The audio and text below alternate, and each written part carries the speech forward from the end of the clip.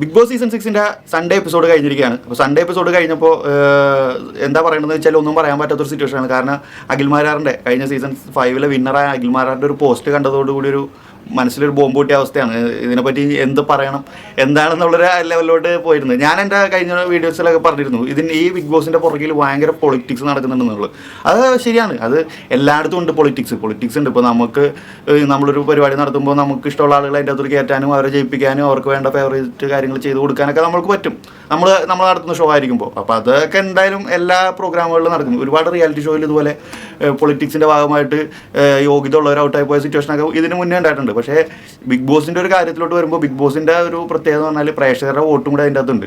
അപ്പോൾ ഇത്രയും കഷ്ടപ്പെട്ട് പ്രേക്ഷകർ വോട്ട് ചെയ്തിട്ട് അതിനുള്ള റിസൾട്ട് കിട്ടിയില്ലെങ്കിൽ അത് ചോദിക്കേണ്ട കാര്യം തന്നെയാണ്. വോട്ട് ചെയ്യുന്ന ഒരു മണ്ടന്മാരല്ലല്ലോ.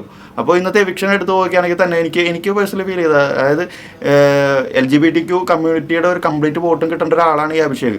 അപ്പോൾ അഭിഷേക് നേരത്തെ ആണെങ്കിൽ ജാൻമണി ഉണ്ടായിരുന്നപ്പോൾ വോട്ട് സ്പ്ലിറ്റ് ആയെന്നെങ്കിലും പറയും. ഇപ്പോൾ അഭിഷേക് ഒറ്റക്കായതുകൊണ്ട് തന്നെ ആ കംപ്ലീറ്റ് വോട്ടും വിസിബിളി നമുക്കറിയാം ഇത്രയും വോട്ട് അവർക്ക് കിട്ടും എന്നുള്ളൊരു കാര്യം. അപ്പോൾ വോട്ടിങ്ങിൻ്റെ ബേസിലാണ് എവിക്ഷൻ വന്നതെന്ന് എനിക്കറിയില്ല. ഒരു പ്രത്യേകതരം ടീമുകൾ എപ്പോഴും സേഫാണ്, എങ്ങനെയൊക്കെ പറഞ്ഞാലും അവർക്ക് സേഫാണ്.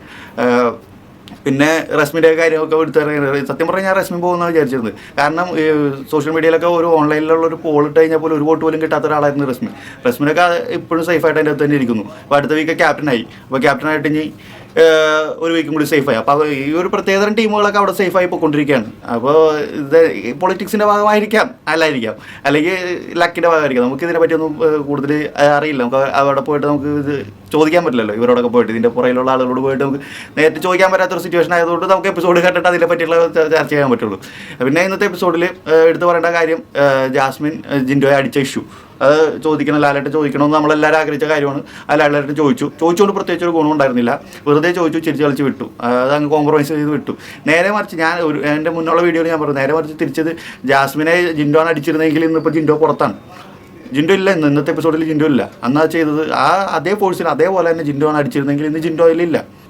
പിന്നെ എപ്പിസോഡിനെ പറ്റി പറയുകയാണെങ്കിൽ എപ്പിസോഡിൽ എടുത്ത് പറയാനുള്ള കാര്യങ്ങളൊന്നുമില്ല. എന്തൊക്കെയോ കാണിച്ചു കൂട്ടി വലിച്ചു നീട്ടിയൊരു എപ്പിസോഡ് അങ്ങ് തട്ടിക്കൂട്ടി വിടുന്ന പോലെയാണ് തോന്നിയത്. ഇത് പഴയ കാര്യങ്ങൾ കാണിക്കുന്നു, ഗിഫ്റ്റ് കൊടുത്ത് കുറേ സമയം കളഞ്ഞ് അങ്ങനെ വലിച്ചു നീട്ടുന്ന, അതായത് ചർച്ച ചെയ്യേണ്ട കാര്യങ്ങളൊന്നും ചർച്ച ചെയ്യാണ്ട് വേറെ ആവശ്യമില്ലാത്ത കാര്യങ്ങൾ ആഡ് ചെയ്ത് എപ്പിസോഡ് വലിച്ചു നീട്ടുന്ന പോലെയാണ്. സത്യം പറഞ്ഞാൽ ഞാൻ എപ്പിസോഡ് കാണുമ്പോൾ പകുതി മുക്കാൽ സമയം ഞാൻ ഫോണിൽ നോക്കിക്കൊണ്ടിരിക്കുകയാണ്. എപ്പിസോഡിലോട്ട് നോക്കാനേ തോന്നുന്നില്ല. അത്രയും ബോറിംഗ് ആയിട്ടുള്ള ലെവലാണ് പോയിക്കൊണ്ടിരിക്കുന്നത്. അതിൻ്റെ ഇടയ്ക്ക് പുറത്ത് നടക്കുന്ന കോൺട്രവേഴ്സി വേറെ, അത് ചിന്തിച്ചിട്ട് ഇപ്പോൾ സത്യം പറഞ്ഞ എപ്പിസോഡ് കാണാനേ തോന്നുന്നില്ല. ഇന്നത്തെ എപ്പിസോഡിനെ പറ്റി ഒന്നും പറയാനില്ലെങ്കിൽ നാളത്തെ എപ്പിസോഡിനെ പറ്റി ഒരുപാട് കാര്യങ്ങൾ പറയാനുണ്ടാവും തോന്നുന്നു. കാരണം പുതിയ പവർ ടീം, അതായത് നിലവിലെ പവർ ടീമിൽ നിന്ന് ഗബ്രിയും അർജുനും മാറിയിട്ടുണ്ട്. പകരം സായും നന്ദനയാണ് കയറിയിരിക്കുന്നത്. അതെന്താണ് കാര്യമെന്ന് അറിയില്ല, അത് എപ്പിസോഡ് കണ്ടാലേ മനസ്സിലാവുള്ളൂ. പിന്നെ നാളത്തെ കാര്യത്തിൽ വേറൊരു കാര്യം കണ്ടതെന്ന് വെച്ചാൽ ജിൻഡോ ഋഷി തമ്മിലുള്ള അടി. അപ്പോൾ അത് ഞാൻ പ്രതീക്ഷിച്ചിരുന്നതാണ്, അവർ തമ്മിലുള്ള ഒരു അടി. കാര്യം കഴിഞ്ഞ വീക്ക് മൊത്തം ഋഷി ജിൻഡോക്കെതിരെ സ്പാർക്കായിട്ട് നിൽക്കുന്ന കാര്യമാണ്. ഗബ്രി ആ ഒരു പവർ റൂമിൽ കയറിയതിന് ശേഷം ഈ ഋഷി എന്ന് പറഞ്ഞു കഴിഞ്ഞാൽ ഒരു കഥയില്ലാത്ത മനുഷ്യനാണ്. പുള്ളി ഒരു ബിഗ് ബോസിൽ വരേണ്ട ഒരാളെ അല്ല. കാരണം ഈസിയാണ് ഇൻഫ്ലുവൻസ് ചെയ്യാനായിട്ട്. ആരെങ്കിലും എന്തെങ്കിലും പറഞ്ഞാൽ അതും കേട്ട് വലയെ പിടിച്ച് പോകുന്നൊരു ക്യാരക്ടറാണ്. സ്വന്തമായിട്ടൊരു ഗെയിം പ്ലേ ഒരു ഇതൊന്നും ഇല്ലാത്തൊരു പ്ലെയറാണ്. അപ്പോൾ ജിൻഡോ ഭയങ്കരമായിട്ട് ഫൈറ്റ് ചെയ്യുന്ന ഒരു സിറ്റുവേഷനിലോട്ട് എത്തിച്ചിട്ടുണ്ട് ഋഷിയായിട്ട്. അപ്പോൾ ഒബ്വിയസ്ലി ഹൗസിലുള്ള എല്ലാവരും ഋഷിയുടെ കൂടെ നിൽക്കാനാണ് ചാൻസ്. കാരണം അവരുടെ എല്ലാവരുടെയും ടാർഗറ്റ് ഫൈനലി ജിൻഡോ ആണ്. കാരണം ജിൻഡോ ഉണ്ടാക്കിയെടുക്കുന്ന ഒരു മാസ് സപ്പോർട്ട് ഹൗസിലുള്ള എല്ലാവർക്കും ഇപ്പോൾ ഏകദേശം, അത് ഇപ്പോൾ അകത്തെന്ന് വെച്ചാൽ പുറത്തെ ഇൻഫർമേഷൻസ് ഈസിയാണ് കിട്ടാനായിട്ട്. ബാക്കിയുള്ള സീസണുകളെ പോലെയല്ല. ഈ സീസൺ 6 എന്ന് പറഞ്ഞാൽ പുറത്തുള്ള ഇൻഫർമേഷൻസ് കംപ്ലീറ്റ് ഓൾമോസ്റ്റ് എല്ലാം നമുക്കറിയാവുന്ന എല്ലാ കാര്യവും ഇപ്പോൾ ഹൗസിൻ്റെ അകത്തുള്ള എല്ലാവർക്കും അറിയാം.